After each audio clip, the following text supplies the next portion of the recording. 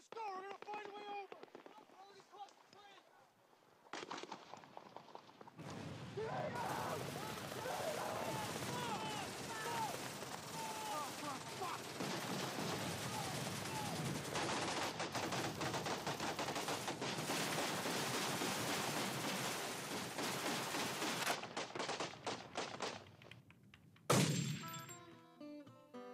When I sing about love and war, don't really know what I'm saying. I've been in love and I've seen a lot of war, seen a lot of people praying.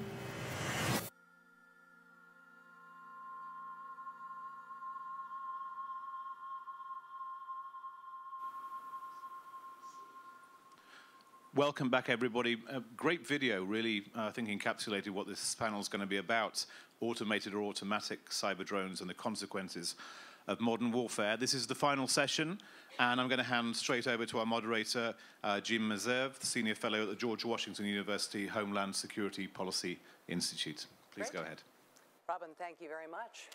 Nice to see all of you. Thanks for sticking around for our last session. You'll remember in the debates that President Obama made quite a sensation when he said, we have fewer horses and bayonets because the nature of our military has changed. That launched thousands upon thousands of tweets and memes. And how appropriate was that, given the fact that one of the new instruments of war is the mouse. The mouse, the joystick. We're going to discuss those evolutions of technology today and what they mean and whether we've adapted to them adequately in terms of our strategies, in terms of our legal system, in terms of our capabilities. We have a great panel here to talk with us today. Let me introduce them one by one. At the very end, we have Mohammed Abu Lahoum, head of Yemen's Justice and Building Party. Next to him, Canada's Minister of Public Safety, Vic Taves. Then we have Alyssa Massimino, President and CEO of Human Rights First. We have General Jean-Paul Paloméros, NATO's Supreme Allied Commander for Transformation. Very pleased to have you here with us. And we have Rafal Rohozinski, CEO of the SecDev Group. Thank you all for joining us. General, I have to start with you, since this is about the evolution of warfare, and you're the man at NATO in charge of making it all happen. Talk to us, if you would, frame the issue in terms of what you see as the challenges, what NATO has to do to adapt to the new world. Thank you so much. First and foremost, we have heard during those few days that future is unpredictable. So let's try just to enable it, and I see this forum as a key enabler for doing that. Our armed forces today are facing a tremendous challenge. The world is changing. The environment is ever adapting. The threat is multifaceted. The risks are there. So what is the answer? The answer, as we see it in NATO, is really working on more agile, responsive, connected forces, well-trained, and at the joint and combined level. And these forces, they must rely on adapted capabilities. So how we do that in a very hard constraints, fiscal constraints? We must, in our point of view, focus on three strands, which are directly related to the panel here.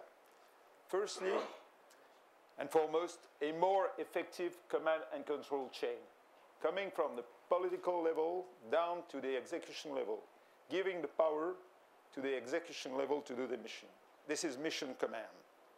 Secondly, a reliable, relevant intelligence, which would be able to feed the chain of command in the most fast way as possible.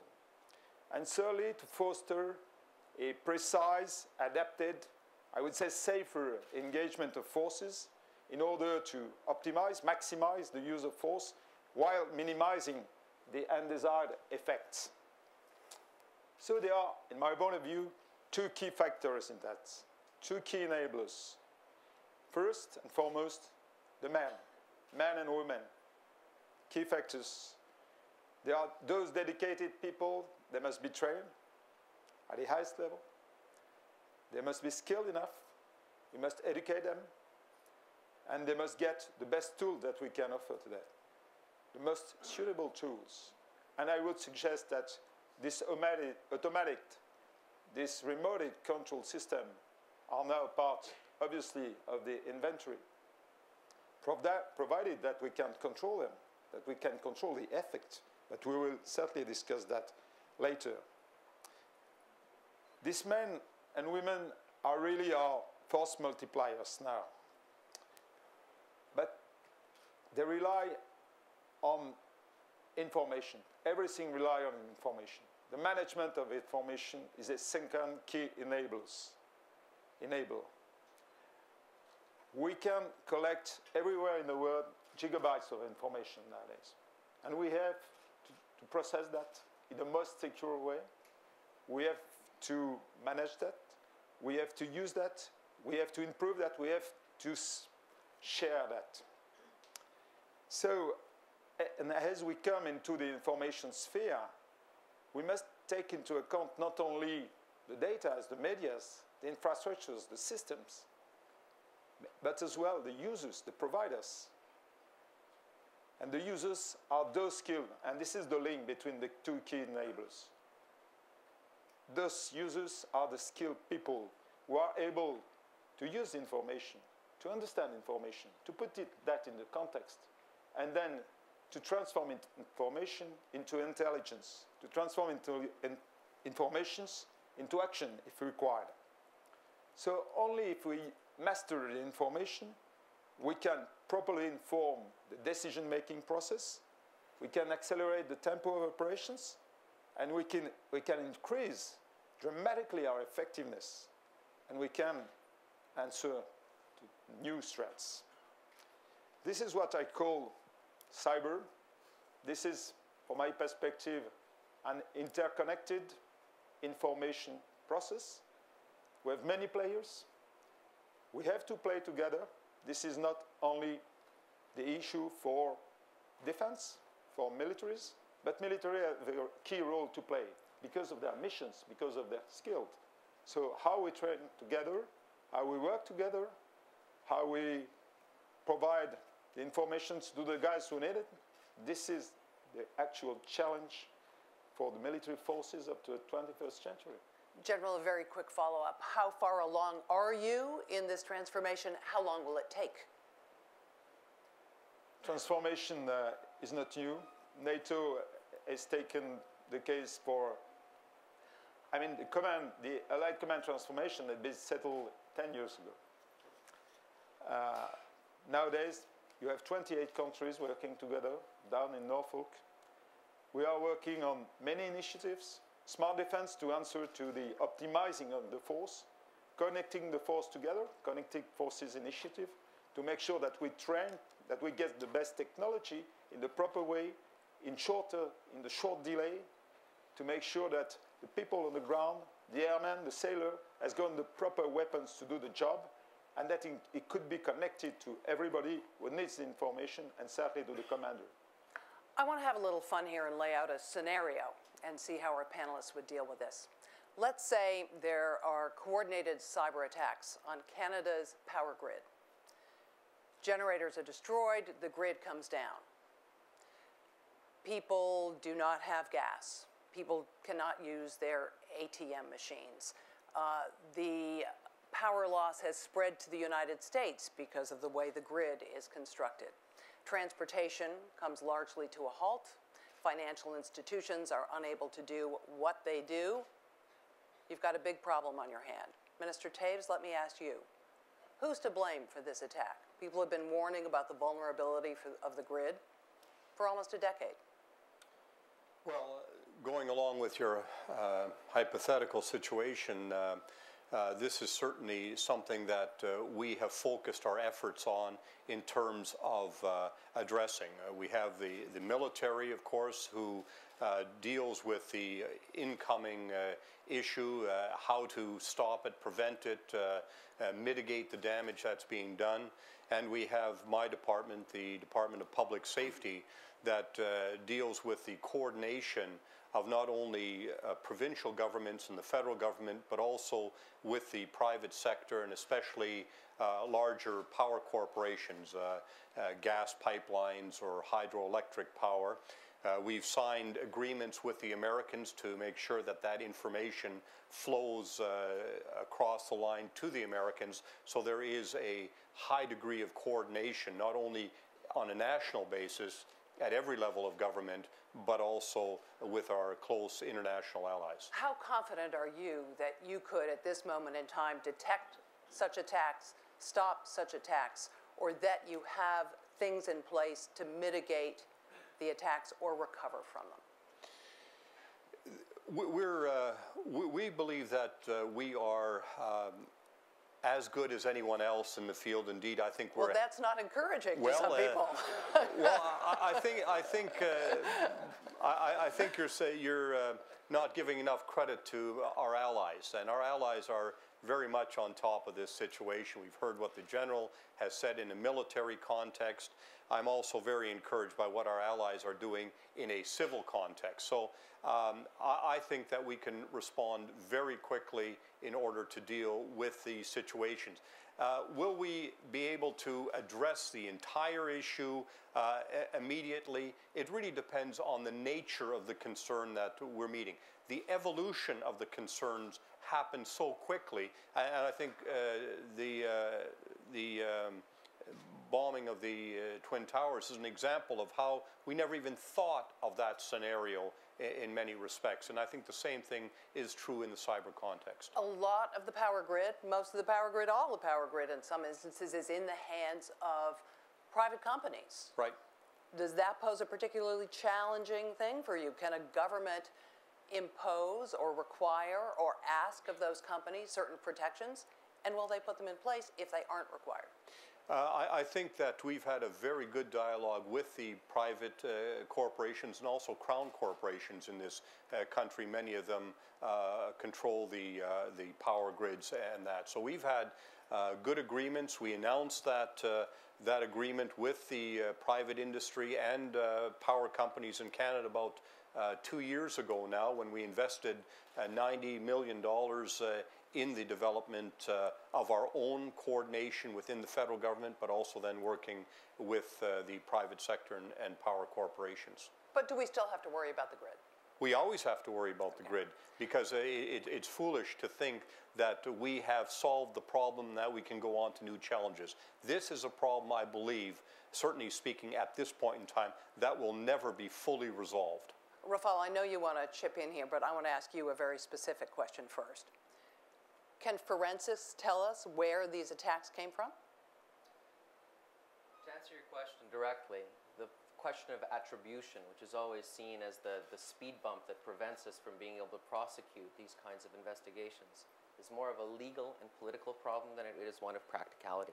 But I'd like to go back to the question that you asked the minister, which I think is one that raises two issues. Do we currently have situational awareness in national cyberspace the way that we do in other environments, air, land, sea, space? And what's the answer? The answer is no. And the answer is no because of the fact that the vast majority of what we describe as cyberspace, which is the infrastructure, the technology, the products, the application layer that constitute this social technical environment, is in the hands of the private sector. And there are privacy laws, there are corporate responsibilities that prevent the government from having complete transparency over that environment. At the same time, cyberspace as it exists right now, largely built upon the IP protocol, was built for resilience, not for security, which means on one hand, it's uniquely vulnerable to penetrations, to malfeasance. On the other hand, it's also a remarkably self-healing system. So I would posit that your example of a massive crash of the power grid is a very, very distant theoretical possibility because of the self-healing natures of the network itself. That doesn't mean that we shouldn't address the policy level of situational awareness. I think that's something which is critical, both from a national security point of view, from a due diligence point of view, et cetera. But it's certainly not the only thing that's required to introduce security into this domain. And do you have suggestions on how we get that visibility? Yes, I do. And in fact, I think one of the things that we overlook is that when discussions happen about the ability of states to work with the private sector over cyberspace and issues of privacy in particular start coming up, we forget that the center of cyberspace, if you like, the queen of battle, and I know I'm offending some military men by saying this, the carrier, the telecommunications carrier, is the queen of battle in cyberspace. This is where infrastructure, data, and networks all come together. We forget that telecommunications is actually the most regulated industry that we have. Our ability to incentivize telecommunications carriers to detect anomalies at scale, which would essentially address probably 90% of what we see as malfeasance in cyberspace, is quite possible, but we haven't taken that step. Rafael, I'm going to push back on you just a little bit on the attribution question, which you don't see as that big a challenge, I guess.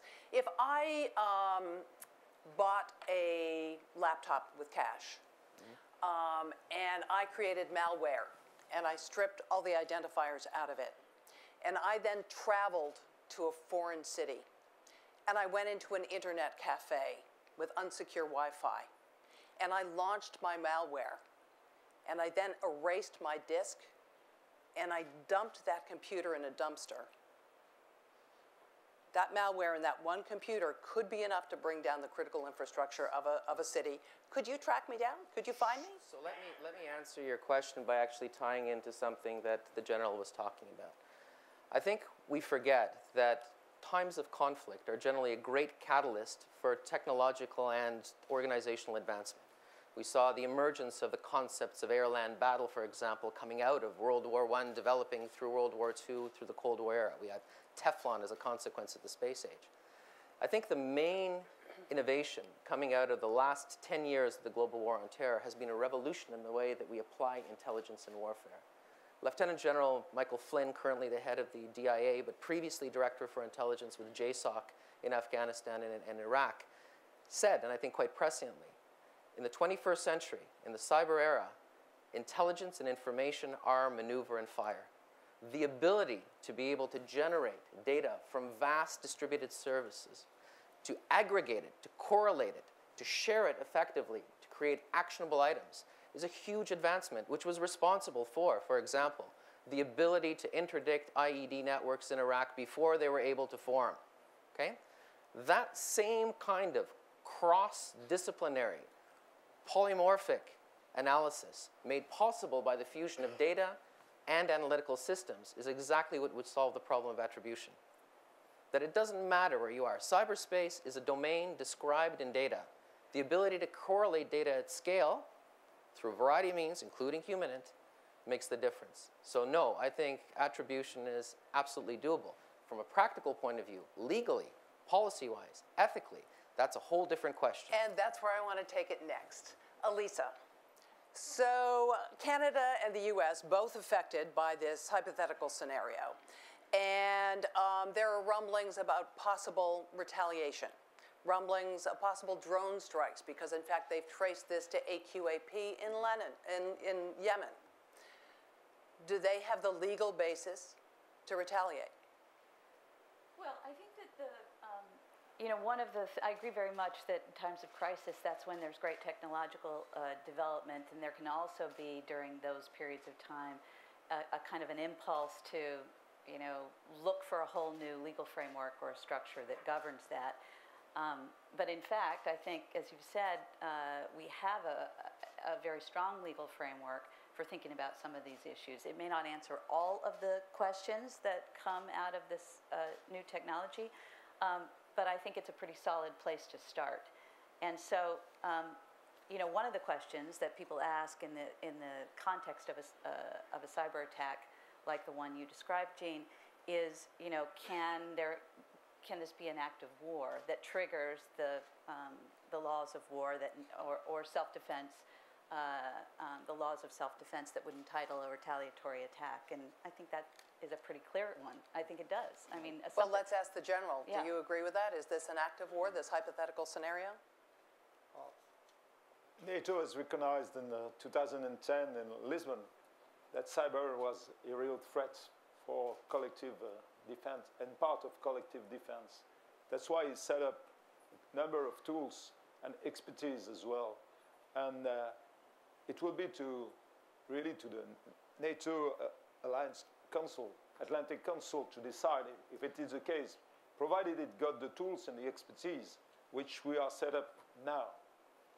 Have you established what the threshold is? I mean, for instance, in this case that I'm talking about, the power grid has gone down. Potentially lives are lost because hospitals have run out of fuel for their generators. But what about something more like the series of lesser attacks that we're seeing now?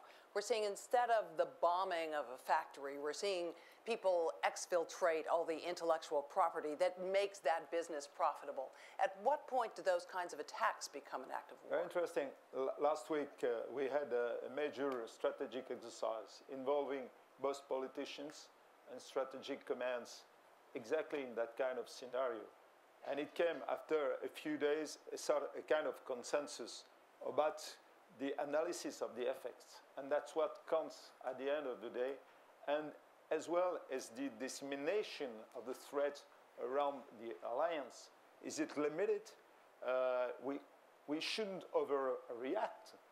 And we must remind ourselves that security and cybersecurity is firstly and foremost the responsibility of each nation. So we have to deal with an alliance who is responsible for global defense, collective defense, but with every nation's responsible for its own security. This is a tricky issue. Elisa, I want to take it back to you for more on this legal situation. So you say we may have a framework for dealing with it, but have we started dealing with it? Well, I think that, you know, attribution will be a big question in this scenario if you want to then retaliate or knock out this network that has launched this attack. You have to know where they are and how you get at them. But those are fairly conventional questions in war, I think. And I'm reassured to hear that that we would be able to track you down, Jean, when you go to that cyber cafe and launch your attack. But the question about overreaction that the general raises, I think, is a really, really important one. And in this situation of evolving technologies, which if those of you who were here on Friday night for dinner and heard our dinner speaker lay out a fairly horrifying scenario about how quickly technology is advancing, we really don't have any time to waste in terms of thinking about how we're going to deal with this framework. And it raises some very significant questions for our democracies, for our civil liberties, for our privacy, for executive power. These are questions that cut across the issue of cyber warfare, that we, both offensive and defensive, frankly. I mean, we've learned recently that the US and others have engaged already in a cyber offense with respect to Iran and the development of the nuclear program. So we have to, before we launch all of this, think through what rules of the road are we setting. But we already have launched it. Yes, well, we need, like I said, time's a-wasting. We need to be thinking about whether it's the cyber offense or the drones in particular now that have become such a favored technology in countering terrorism. You know, one counterterrorism advisor in the U.S. said, you know, drones are, they're a tactic, they're not a strategy, but if you rely too much on one tactic, it can sometimes, there's a risk that it becomes your strategy. And yet drones are, in a way, like a lawnmower. You know, you have to keep using it. You mow your grass. As soon as you stop, the grass grows again. It's not a strategy, it's a tactic. And it raises fairly significant legal and moral questions for us about the laws of war. Mohammed, I want to go to you. So in this hypothetical scenario, it's been attributed to AQAP in Yemen. The U.S. decides to stage a drone strike. And they take out a couple of terrorists, but they also take out 10 civilians, including women and children. So has the U.S. created more terrorists than it's eliminated? I think one of the most important things we have to look at is technology is advancing so fast that sometimes we become so afraid in not knowing where to draw the line. But an example of what's happening, I'll just focus on Yemen and the drone. I think if you look at the drone usage of Yemen in the last 7 months is different than it was used a year and a half ago, and let's say before the Arab Spring. And why do I go back to the Arab Spring?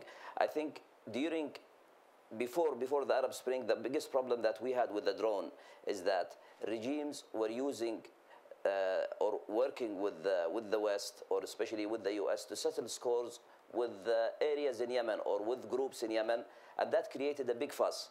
Today, as transparency is more open and you have more open regimes, especially right now in Yemen to a great extent, I think we've seen more drone attacks than in the past, but there is a serious cooperation. There is a serious cooperation. You're targeting the enemy, you're knowing who the enemy is, and there is responsibility and accountability being held by both sides. And I think the most important thing to keep in mind is that where do you stop the use of the drone? What are the consequences later on? But so far, what's your thought on that? For me, I believe, and I strongly believe that we cannot continue just using the drone. You have to complement the drone with other elements. You have to help those areas. And again, you have to differentiate. When you strike in a friendly area is different than when you strike in an enemy area. I think Yemen has cooperated very seriously and sincerely. And I think Yemen is one of the very few countries that has managed to draw out Al-Qaeda from certain areas, of course, with the help of the US and the West. But what worries us most is that the collateral damage that might be caused can be a serious problem. Use the drone, but don't overuse it. Don't depend on it. If you ask me today, are the drones doing a good job? I would prefer to see the drones rather than to see boots on the ground. The damage would be less. But how can we limit the damage? And then the other important thing is that how can you help after drone strikes? What do you go in? You have to go in with certain development. You have to go in with certain economic aid. You have to go in with education so that you push out Al-Qaeda and those groups and you make sure that they don't come back. You don't want to strike and then leave and then do nothing. Then you will see them come back in multiples and bigger and bigger. And that's the worry that really faces us all. The drones won't solve the problem and make it go away. I think that really, as I've heard this discussion about drones, I don't see the moral or the legal responsibility any different than a manned aircraft. There is collateral damage that is done, using your expression, with a manned aircraft. That doesn't lessen the moral and the legal responsibility on the commanders to ensure that we minimize collateral damage and to ensure that we properly understand what the target is, that we have properly attributed. So I simply see the drone as a technological development, but it doesn't relieve us of any moral or legal responsibility. Alyssa, quickly to you. Yeah, I think I very much agree with that. And I think one of the big reported advantages of the drones is that they are more accurate and, and reduce collateral damage. The questions, I think, the big questions that the use of drones raises relates much more to the legal questions around who is targetable, which are really, really important.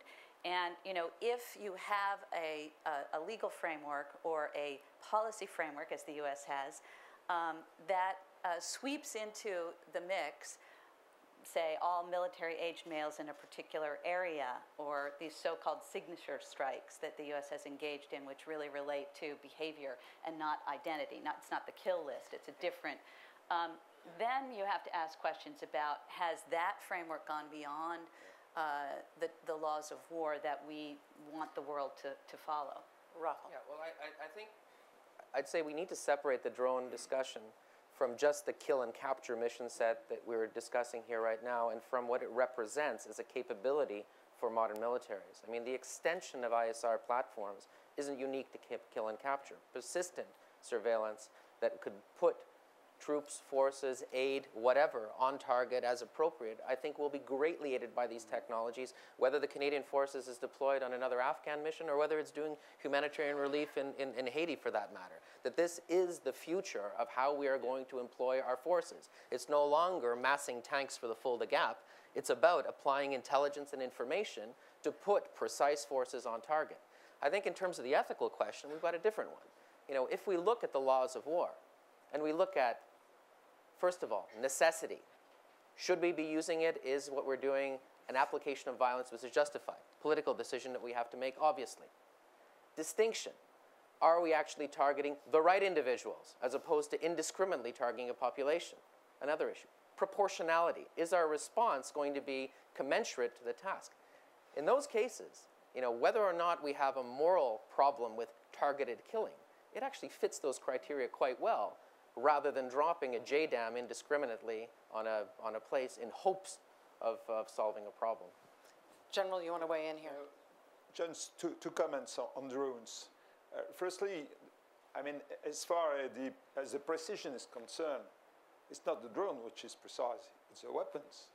And the drones is used as a platform by the operators. According to rules of engagement, the operators use that very wisely with real-time intelligence, which is good because it can treat time-sensitive targets. And this is the best use of drones, I would suspect. Because if you need more firepower, then you need something else. I suggest a fighter aircraft. Sadly, my own origin.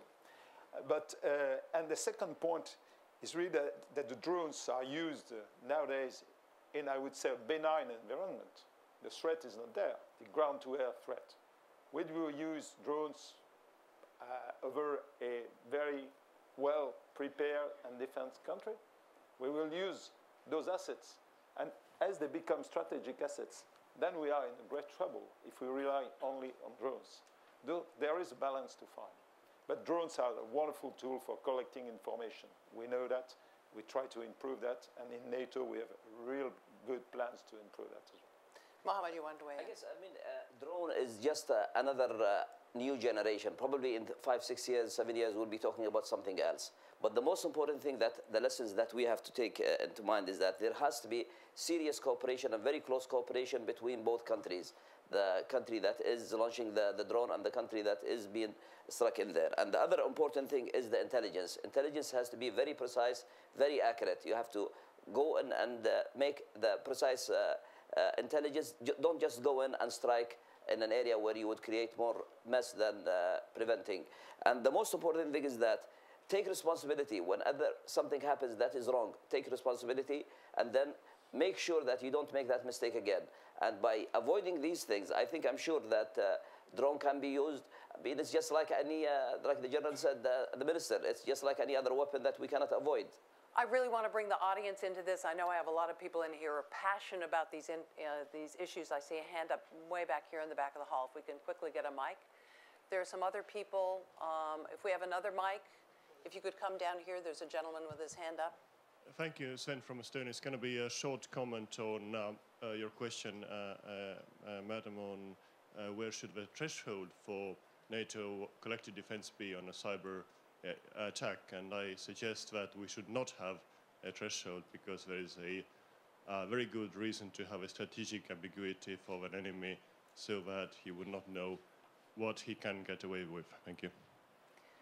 Anyone want to react to that one? Internally, do you need to know what the threshold is then? I mean, I would say that you have to be very careful in maintaining strategic ambiguity about what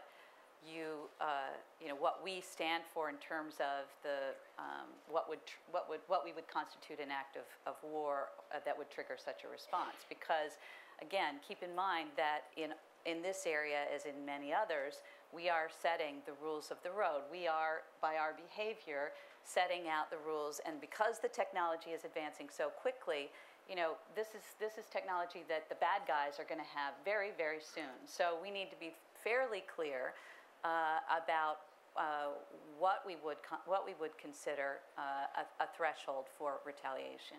So let me jump into this because I think it ties into the question that we had earlier about situational awareness. I mean, just on a data level, Canada's largest telecommunications carrier on a daily basis absorbs malignant denial of service attacks at a magnitude 20 times larger than was used against Estonia in 2007. Wow. Okay? The reason they do that, and the reason they can do that, is because they simply absorb the cost of doing it by passing on the cost to consumers. There's no threshold set by the government saying that this amount of bad traffic constitutes something that we need to look at from a perspective of being inimical to national security. And I think that's part of the problem, that conceptually we somehow see cyberspace as a domain in which we have freedom of navigation and always have.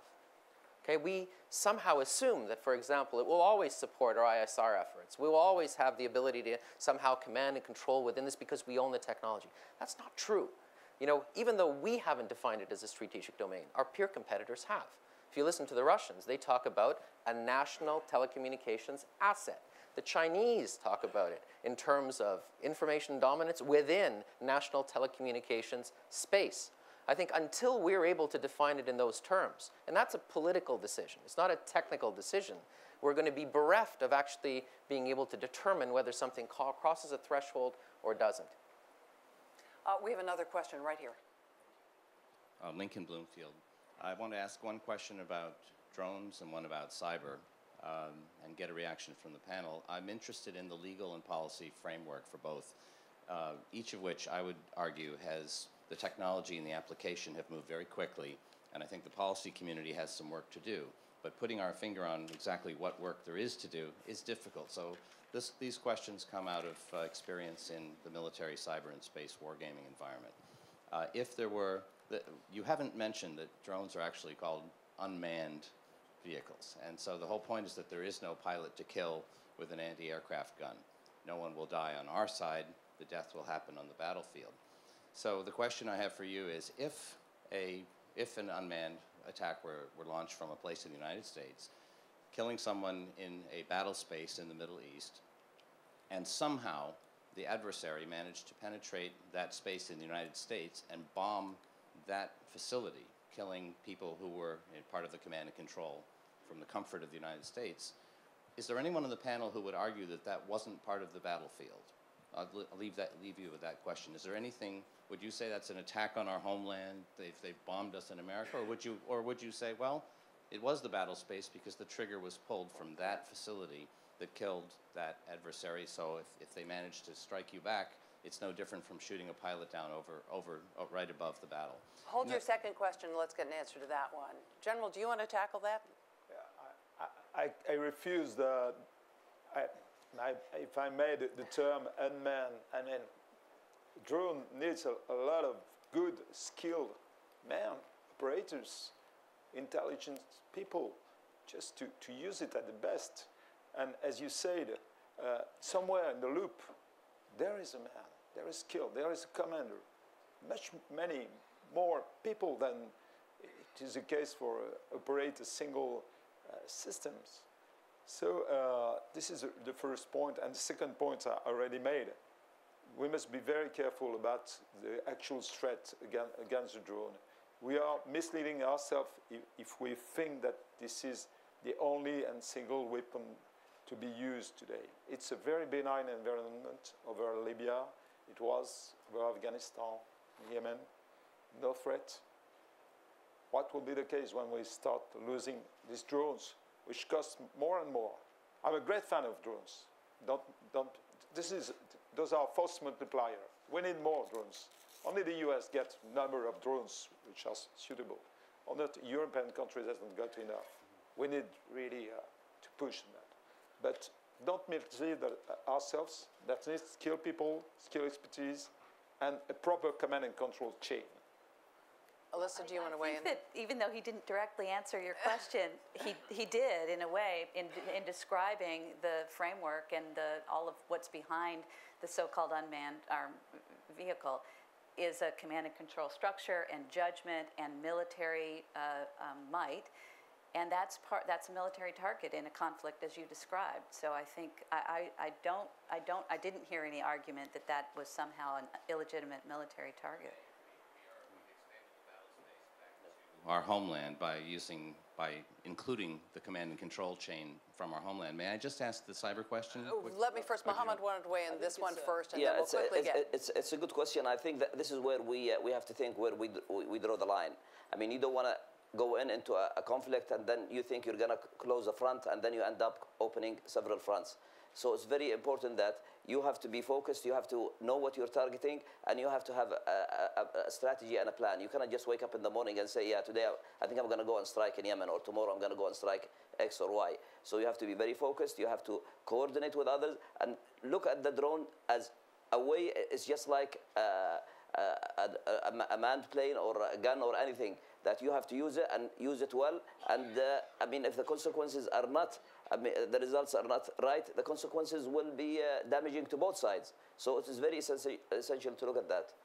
Second question, can you Very keep quickly, it tight? if the U.S. used offensive cyber to try to stop an adversary from flowing its force, so that we would hit systems, trains, power grids, whatever it is, to try to interrupt the enemy's ability to muster.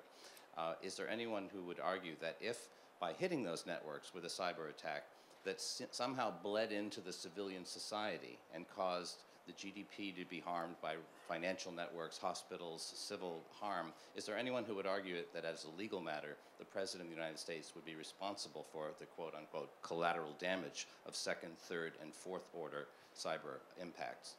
Rafal's going to handle one that. thing I would say, I think the enduring lesson that comes out of Stuxnet and Olympic Games is that it proved once and for all that you can weaponize cyberspace and treat it as if it was any other weapons platform, meaning that there is propagator code that will deliver code which is finely targeted to affect only one certain place onto target. I think it's nonsense to talk about cybersecurity without thinking about it in terms of offense and defense. When we train our infanteers and send them on peacekeeping missions, they're not going to be moving backwards. They're trained in advanced to contact as well as defensive. We need to be thinking in terms of cyber in exactly the same kind of way. Because cyber weapons are largely defined in terms of legal liability, what you're talking about, who they affect, what they affect, and because code gives us the ability to actually make that quite precise. Again, Olympic Games, I think, proves that. I think it's a reality that we have to get over. General, let me just ask you about NATO and offensive capability. NATO is about collective, the main mission, the core missions of NATO is about collective defense of the alliance. Secondly, cooperative security. Thirdly, crisis management, if it is mandated. That's all. So no offensive capability being developed? Not per se. Each country can have its own policy, which is different. We have a young woman back here. Mika Oyang from Washington, D.C. I want to ask a question about the drone programs. Drones, when used kinetically, the programs are shrouded in extreme secrecy. The ISR that goes on in the targeting is held very tightly. But the effects of such acts are decidedly not. And we see the populations reacting very, very strongly to these. We see, knowing the precision of the drones, what is the obligation of the nations that use drones in a kinetic manner to be more open, to conduct public diplomacy around them, and are we doing a good job on that now? Lisa?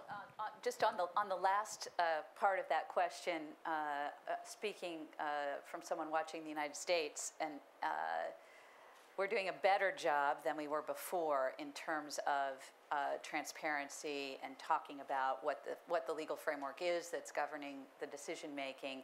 There's a huge series a couple weeks ago in the Washington Post about the disposition matrix and more transparency around the decision making for drone strikes. But there is a huge disconnect between an understanding of what is how those decisions are being made and the reporting about the effects of those decisions from the U.S. government in terms of who's killed and the assertion that there are virtually no civilians killed in these strikes, and what's being reported from the ground, you know, people on the receiving end of the drones. So we have a long ways to go, I think, and unfortunately, I don't want to beat a dead horse, but I think this is one of the most important reasons why we have to get more clarity about this, is that everybody else in the world is watching what we do and what we say and drawing from that what the framework is without us saying that, you know, we consider this a legally binding framework. And so we are, by default, telling the Russians, the Chinese, and anybody else that these are the rules that govern when you get the technology. And that is a serious, serious problem. I've talked to a lot of serving senior military commanders who express great concern. They say, this technology is great, and it enables us to keep our people farther out of harm's way while delivering what we need to deliver to the enemy. But I sure hope that others are not going to copy us, but they are. I mean, that's the problem. Rafal, you wanted to weigh in? No, I just wanted to restate something I said earlier. You know, if you look at laws of armed conflict, necessity, distinction, proportionality. Distinction and proportionality, I don't think we have a problem with in terms of drones do. Necessity, that's a political issue. We have to be better at describing what our war aims are in order to be able then to justify the distinction and proportionality, and that's the problem. But on distinction, I mean, I think this goes to this point. If there's not transparency about how we're distinguishing between who is targetable with lethal force, then we can't really articulate that we're complying with this principle of distinction that's so important. General McChrystal was quoted as saying, "I like to go to bed each night with more friends and fewer enemies." Yeah. And the fewer enemies part really related to the fact that they were able to disable the IED networks in Iraq, essentially by targeting them very, very effectively. Now, he wasn't going to say who they're targeting, but that was part of the secret. And I think we have to recognize that secrecy as part of military operations is a necessity. Political explanation over the goals of military action, that requires transparency. And of course we need secrecy about the identities. No one questions that.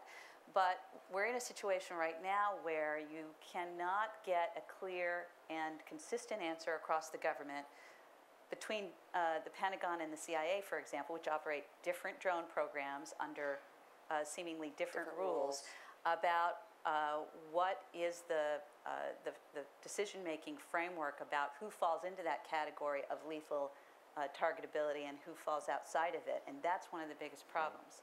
Well, we have another question right here. Excuse me, let the minister weigh in. But in this context, the principles are no different than in respect of the use of any lethal force. I don't understand how drones are somehow different from new technology. The political, the legal, the moral responsibility remains exactly the same. The issue of clarity, the communications with the public, these are exactly the same. I don't see drones creating an additional legal or moral responsibility that should not already be addressed in our traditional mechanisms, whether it's law enforcement or military actions. Go ahead with your question. In the German weekly Die Zeit, we use drones in the very vague war on terror. But we see also the use of drones in very different areas, to survey trafficking and other parts. So it's also getting into the civil criminal law. So one of the major problems I see, and I would like to know your take on it, is that the use of drones is actually ruining our legal framework, because drones are three things at the same time. They're a secret service, they collect information, so they're intelligence service. They are law enforcement, they track down people, and then they're executor, they execute the death penalty. So, I mean, without or beyond every legal framework that there is, so there are dangers ahead. General? I would suggest that they only execute the death penalty if we decide to execute that. So this is about the rules of engagement, the chain of command and control, and who controls the weapons. And I do agree, it's the same than any other weapons, except that this is more visible than some of our other covert operations. But at the end of the day, the question is still the same. How the commander, when the commander decides that he should really strike to death that time-sensitive target. This is the issue. But on the other hand, this is a real plus-value in using drone in many areas, I do agree. Those are very multi-role type of capabilities. And in the US, now they are using that for crisis management, for surveillance, for border surveillance, for many, many missions. Over here, we had a question. Hello, Ayman Mhanna from Lebanon. How possible is international cooperation when it comes to technological and cyber warfare and cyber military technology, especially between technologically advanced countries and developing countries? And I'm linking it to a recent development in the region with a non-state actor, Hezbollah, sending a drone over Israel. Yes, there can be the expected or usually expected reaction, which is a military retaliation by Israel to destroy that drone and potentially later destroying some military installations inside Lebanon. But if we want to keep the situation safer for us as Lebanese people, is there any possibility at some point of thinking about international cooperation through technology to diffuse and reduce the technological capacities of non-state actors to create situations that can lead to terrible problems for the whole population? There's a big one. Who wants to handle it? I think the questioner has pointed out a very important point. I think it gets back to attribution. Who are we dealing with? Who is the threat? Is this actually a criminal threat? Is it a war, an act of war? And we have to be very certain before we begin to react to a certain situation, because that will certainly determine what the target will be. I think the general has outlined some of the very important principles, the collection of information, the analysis of that information, and then the action. The cooperation, for example, that goes on between the Five Eyes community is quite intensive. Canada, Great Britain, the United States, Australia, New Zealand, we share information very, very clearly to ensure that we are fully informed before we make decisions. And that's wonderful. We do extend that to other countries, of course, through NATO and otherwise. And of course, people realize the extent of that cooperation. But I think we also have to look at where the threat is emanating from. The situation, for example, in Lebanon, where Lebanon may not actually control aspects. I mean, how fair would it be then to retaliate against a city in Lebanon or a community in Lebanon when it may be a criminal act? But in other situations where the central government has a more fulsome control, there is a responsibility, I think, of countries to approach that country and say, there is a threat emanating from within your borders. You have a responsibility to determine that. And I think as we become more interconnected, as we become more interdependent in terms of our cyber economy, all of these things, all of these countries, whether you're a debtor nation or a creditor nation, all have an interest in ensuring that the cyber system works. And so I think that we need to continually reach out to countries and I think hold individual countries responsible. Clearly, the Lebanon situation or the Yemen situation is a different situation. Afghanistan, slightly different, where the central government does not have full control. But I would suggest that in areas where the central government is fully in control, there is an internal responsibility for that country to act, because that is simply a criminal action that needs to be addressed by the domestic government. You want to weigh in? I think an important point that we're focusing right now on technology, but there is a human factor. If you look at the human factor that is, and if you look at the Middle East, as we're talking about the radical groups and what have you, and if you look at the last 2-3 years, are we better off or worse off? I think we're much better off. Better off not due to the drone or the technology, but rather there is more openness, there is more closeness and cooperation. Today, if you look, and we mentioned that yesterday, I think there is a big opening for closer cooperation on a long term.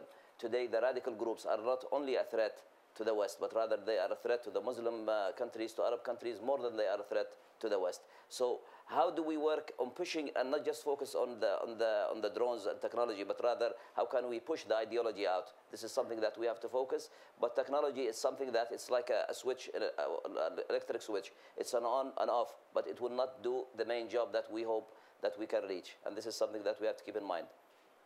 Let me stay with the non-state actors and let me stay with the arena of Lebanon and take another example that is not the drones, that's the cyber attacks. So one of you mentioned cyber attacks, American cyber attacks on Iran. And so let us say hypothetically or factually that Iran is revenging through a number of very smart young men and women who are congregating in the southern district of Lebanon, which is completely under the Hezbollah control.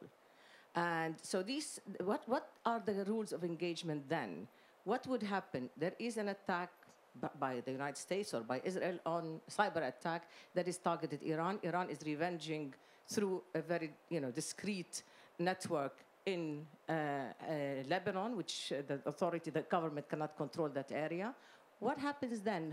What should we expect? Is there anything doable about this, or do we live with it? Yeah, So I think your question actually goes to a much broader issue, and that is that on the interstate level, we don't really have an agreement of what an escalatory model would look like in the employment of cyber weapons.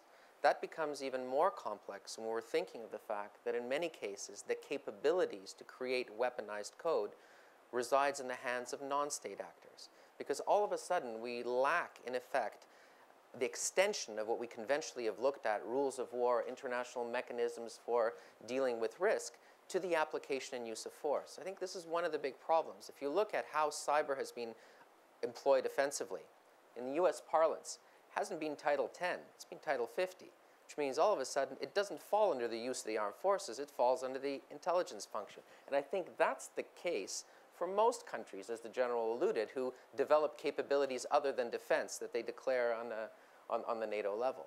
It's a big challenge, you know, and one that I think right now we are starting to face, by and large because it's being forced to us in the sense of having to engage with the issue of governance of cyberspace writ large. Next month, there's going to be a meeting in Dubai at which many of the countries falling under the umbrella of the ITU are going to be voting to try to take away the governance, the technical and administrative standards of the internet, which is the technology that underlies cyberspace, away from ICANN, which is a US-based entity, and to the United Nations. The principal reason why this is being pushed by China, by India, by Russia, is because they want to see a reterritorialization of cyberspace along national lines. For them, that's an important prerequisition, first of all, to be able to create an escalatory model that's attributable. And secondly, because for them, cyberspace is not a threat in terms of the way that we see it, threats to networks, but it's what can be done through those networks. Populations, given the ability to express views unpopular to regimes, popular mobilization in the way that we've seen it in the Arab Spring. I mean, I think the fact that we sometimes talk different languages at the international level, that we lack these mechanisms, is a huge gray area that it sometimes is in our advantage. Ergo, the ability to be able to use drones in the case of Yemen, and sometimes a huge disadvantage. And I look here at the minister in terms of having to deal with cyber criminality, where the jurisdictional problems will effectively mean that we cannot address the main root cause of some of these issues. We have a question back here, and when you're done with your question, can you pass the mic forward to David? Okay.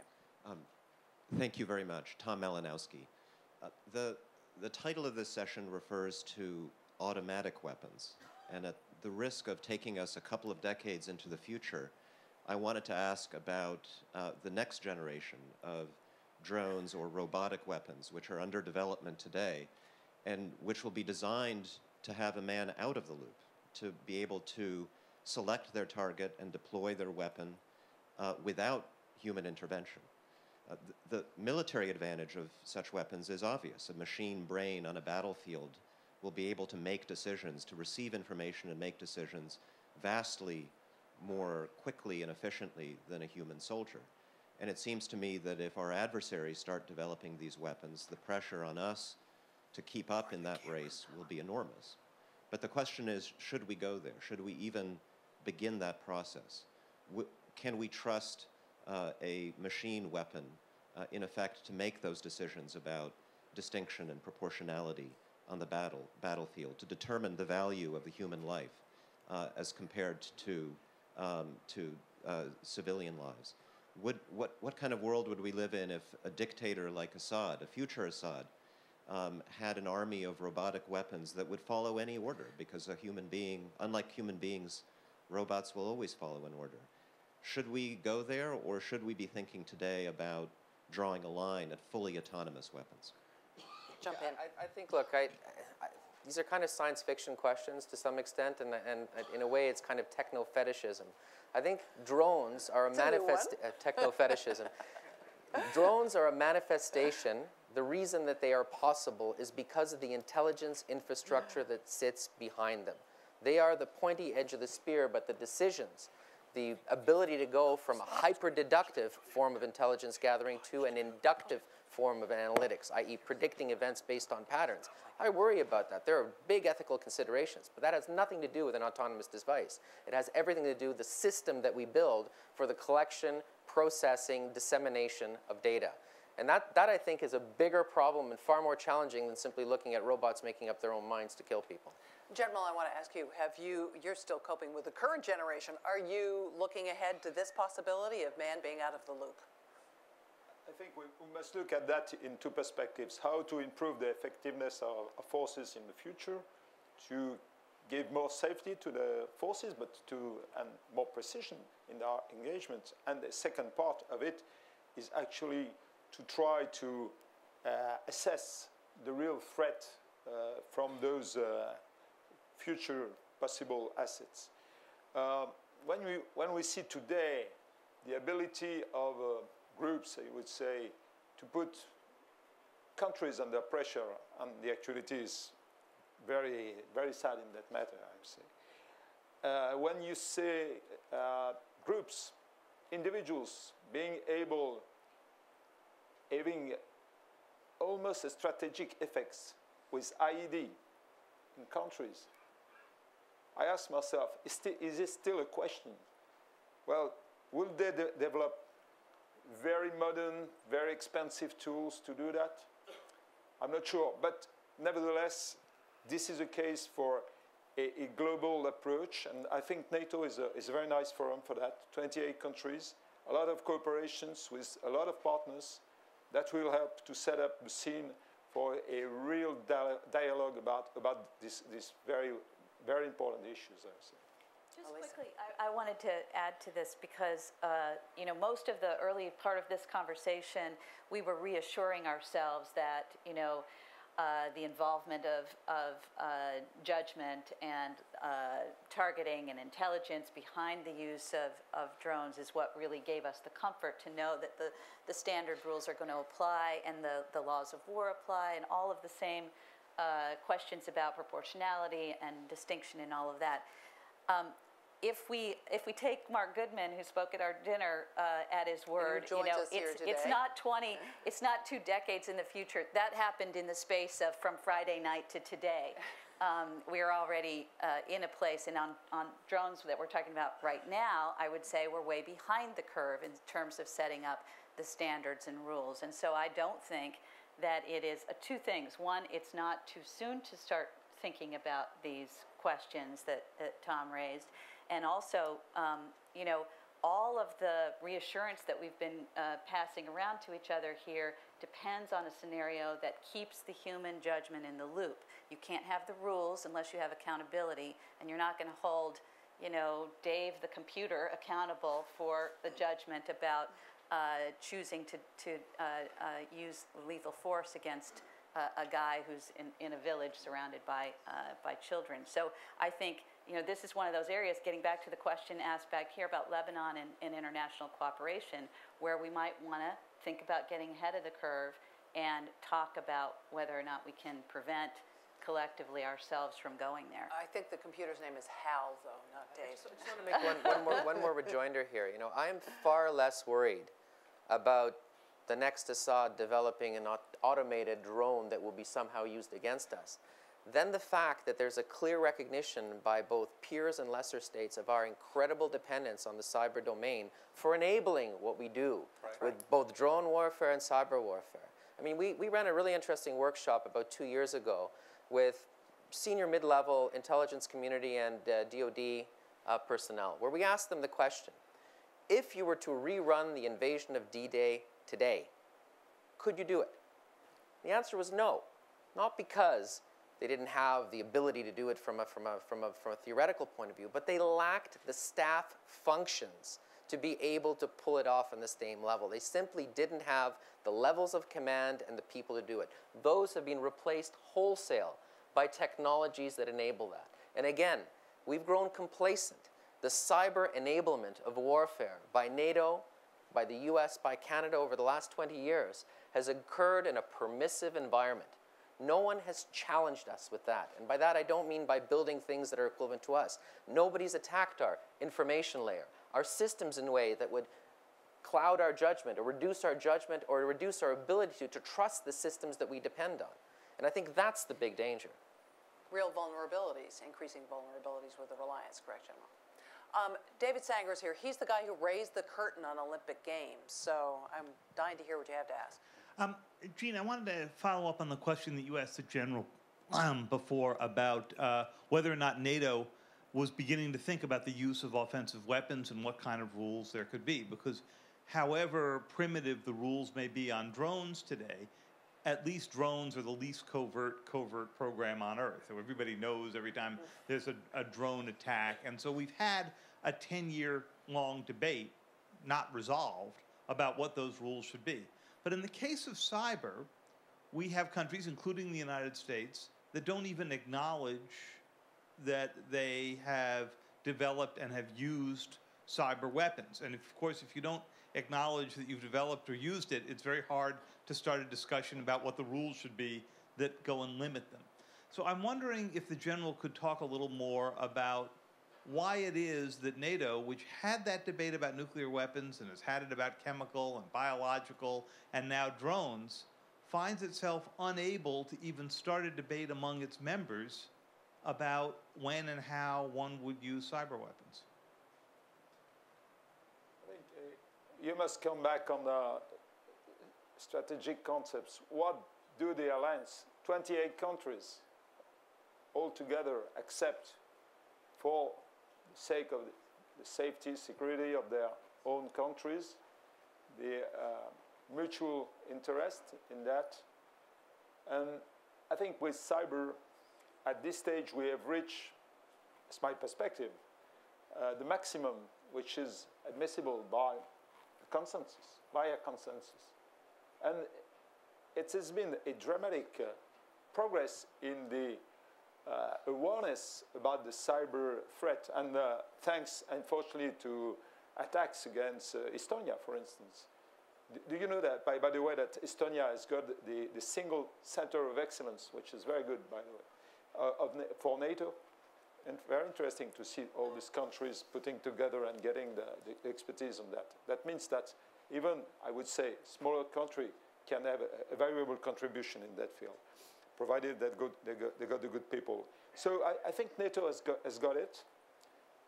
NATO is building the capability of answering, identifying situation awareness.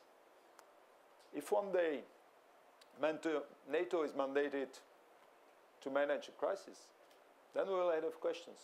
How many countries can really use those tools in the offensive way? That will be part of the concept evaluation, should be agreed at the highest level. This is how the alliance is working. And I think for the good of all the countries who are part of the alliance. And nowadays the alliance is very attractive because it's built upon those concepts, that not a single country could advance alone for the sake of global security or global defense of the whole alliance.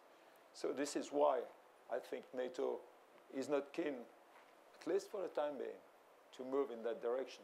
Because you have to defend its own assets. You have to defend the countries. You have to assess what is the threat against its own systems. I mean, NATO rely on very much reliable system, resilient system. Resilience is the name of the game. It was the case during the Cold War. It should be the case now. General, I want to ask you one quick question. Practical matter. You have an alliance with different members with very different cyber capabilities. Does that undermine the alliance in a way? Will there be instances where you cannot share information within your alliance because you don't trust your partner to keep it secure? Well, as soon as you got two countries, you have a problem of sharing information. So you can imagine with 28 countries. But let's say you're operational. Well, we have in place the arrangements to share information, and we are improving that on a day-to-day basis. It's not a technical question. No. You understand that? It's much more. It's a practical question. That's a confidence question. How much high is the confidence? And I can tell you, there is what we call a smart defense initiative, which is upon the joint ISR, because we recognize that this is a weak point nowadays within the alliance, like in any coalition, I would suspect. And when we go to crisis, to war, I was the chief of the Air Force when we went to Libya.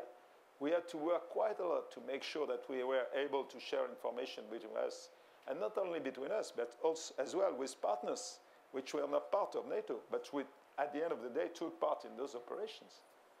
And we have to leave it there. We are all out of time. I want to thank this wonderful panel. Thank you for being a very participatory audience. Appreciate it. Thank you very much. And as ever, please show your appreciation to Jean Reserve for a masterful moderation of the panel.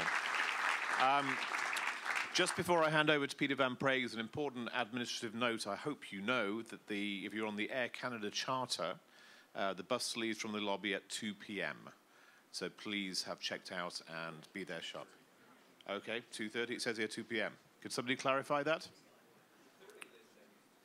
Will somebody clarify that? Okay, it's 2:30. All right, well, sorry about the panic, but that's what I was given. All right, so we do have more time. Let me hand over to my good friend and the man with the plan, Peter Van Prague. Thank you, Ron.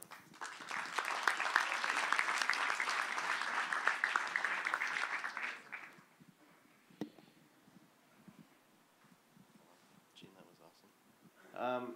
Thank you very much. Where is Robin? Thank you very much, Robin. And there's going to be a few applause lines between now and the time you get out of here. And the first one, I do want to thank Robin for leading us through the whole weekend. Thanks so much.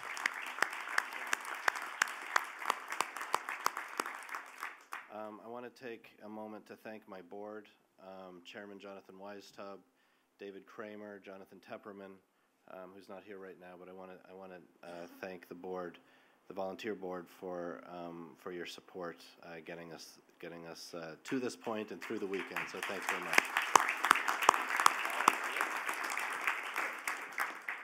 I want to thank, of course, NATO. I want to thank Foreign Affairs Magazine. I'm not sure if Gideon is in the room. Jonathan Tepperman. I do want to thank also, of course, the Atlantic Canada Opportunities Agency, ACOA, for being such a great partner all through this and since the very beginning 4 years ago. It's hard to believe that we've been doing this 4 years, and next year is, of course, our 5th anniversary.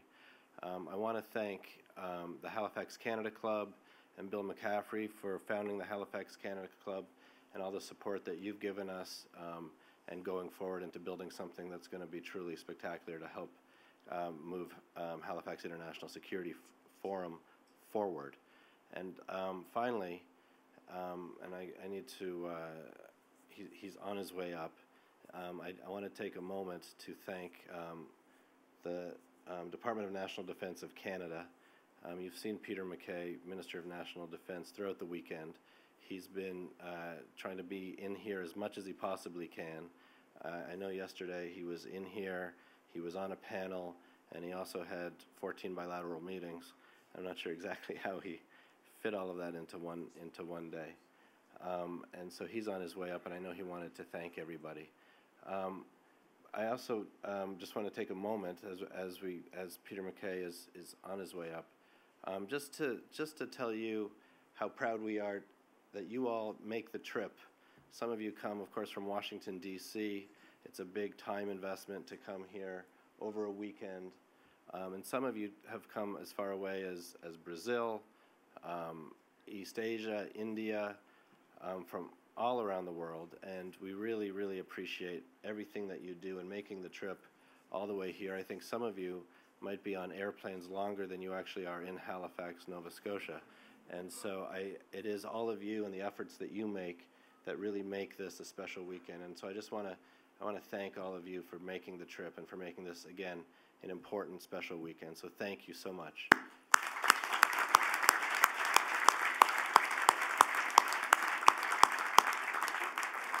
You've had an opportunity, I hope you've had an opportunity to meet the Minister of National Defence, Peter MacKay, but he does want to say a few words. So without further ado, the Minister of National Defence, the Honourable Peter MacKay. There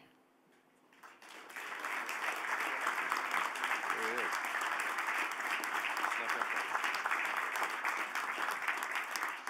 Snuck up on me. Hey, thank you very much, Peter. Yeah, sneak attack. I really want to begin and probably end with thanking Peter. But of course, thanking all of you for being here for what I think you all would agree was another extraordinary gathering here in Halifax.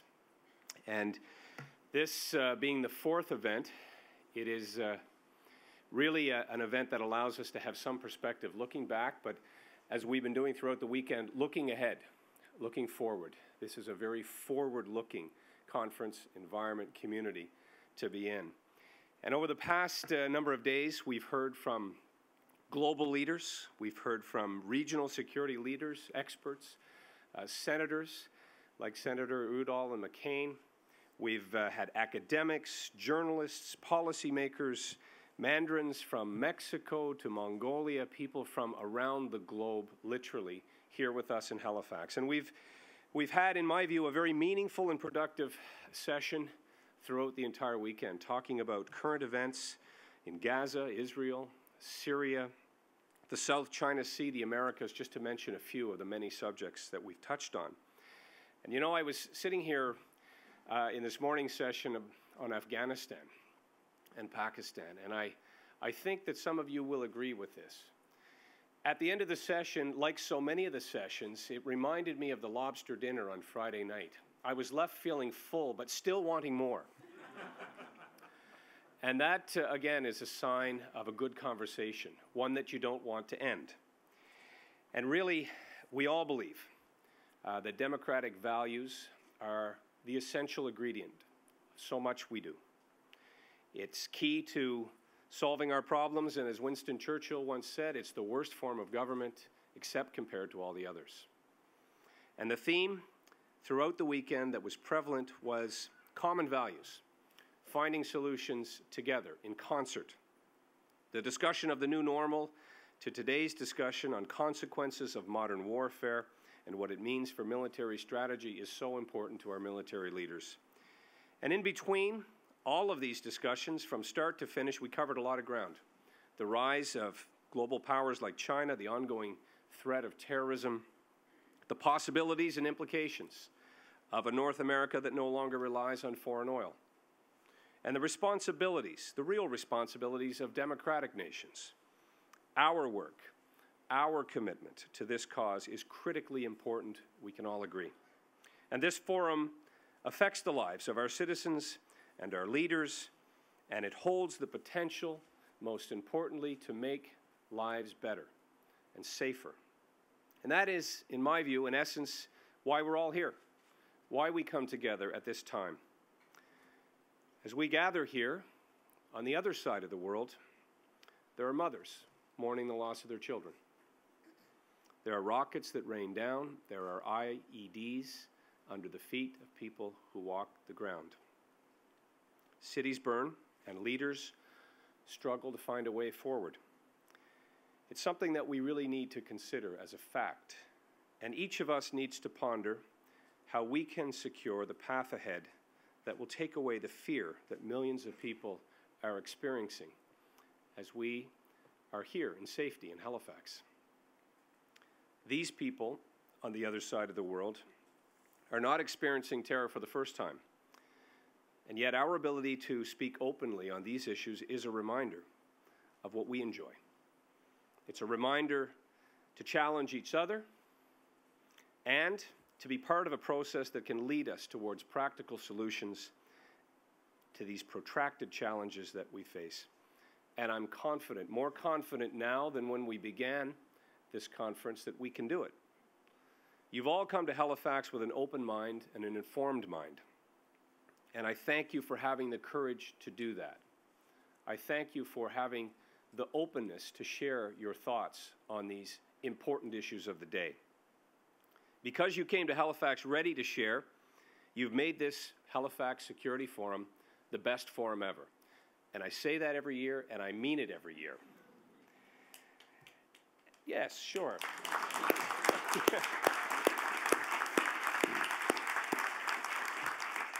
And you know, any constructive analysis, and I can't be objective, but those who can, I think would say that this forum has brought a lot of insights, a lot of effort, and I know a lot of future endeavors that will be uniquely important to our ability for all communities to trust each other. And I think building trust is also implicit in everything we do here.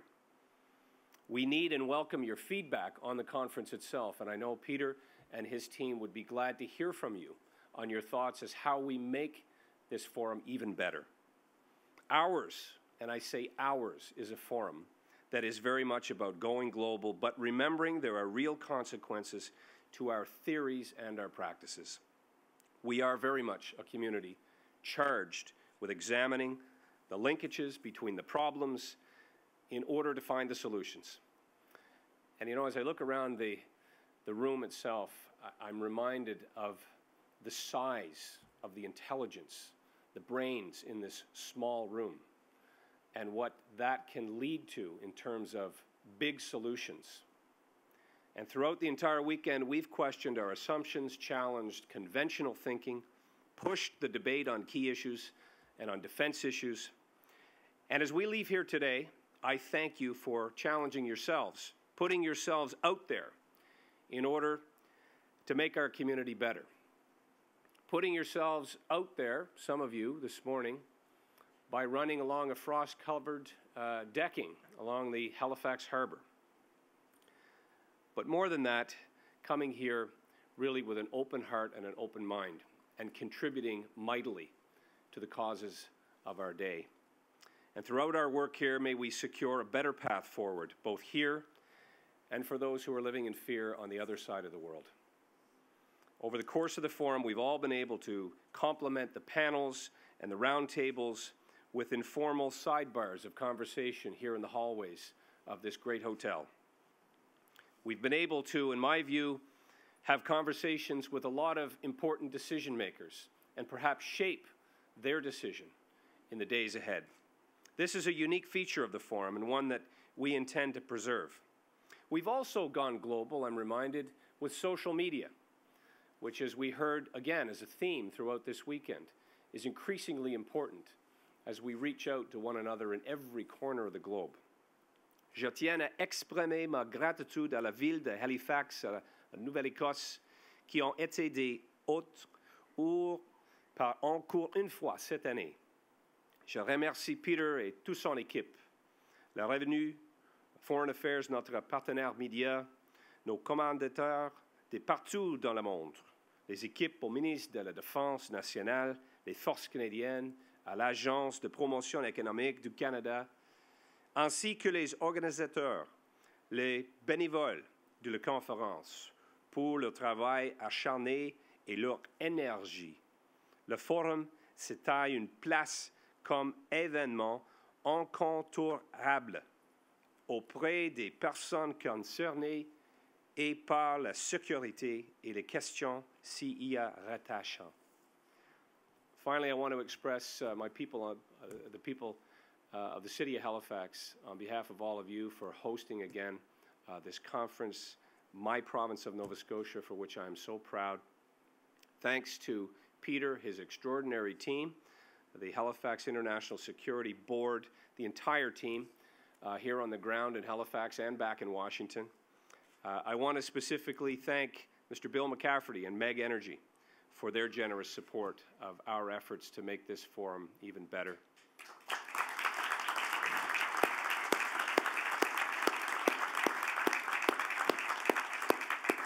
To our media partner, Foreign Affairs Magazine, the teams at NATO, National Defense Headquarters, Canadian Forces, Atlantic Canada Opportunities Agency, all coming together on this weekend, and all the hard work and energy of the conference organizers and volunteers, the drivers, those who provided security, who worked in the restaurants and just kept the trains running.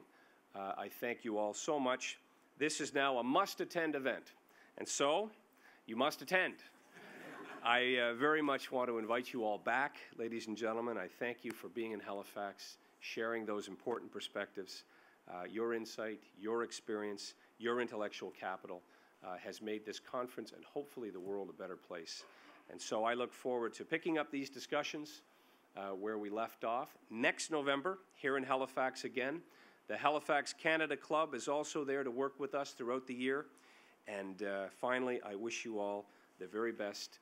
Safe home, safe travels to your loved ones, and see you next year. Merci beaucoup.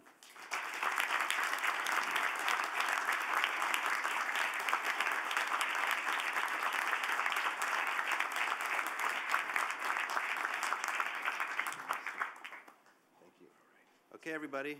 That's it. Not with a bang, but a whimper. Get you downstairs.